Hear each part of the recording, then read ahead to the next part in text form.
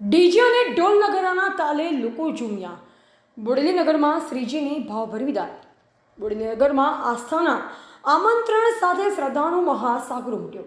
10 દિવસનું આતિથ્ય માણી વિદાય લહેરાયેલ શ્રીજીને ઢોલ નગારા ડીજેના તાલે ગરબાની રમઝટ, અબીલ ગુલાલ અને ફૂલોના છોડો સાથે શ્રીજીને વિદાય અપાઈ.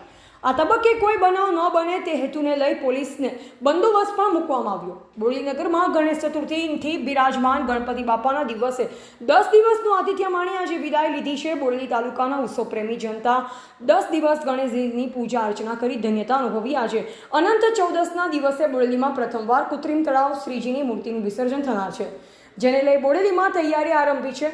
બોડેલીમાં નાના મોટા 100 ઉપરાંત શ્રીજીની સ્થાપના કરાઈ, જેમાં કેટલાક ભક્તોએ 5 દિવસ 7 દિવસે શ્રીજી વિસર્જન કરેલ. મોટાભાગના શ્રીજીનું આજે વિસર્જન થનાર છે. બપોર પછી શ્રીજી વિસર્જનની શરૂઆત થઈ છે, જે મોડી રાત સુધી ચાલનાર છે.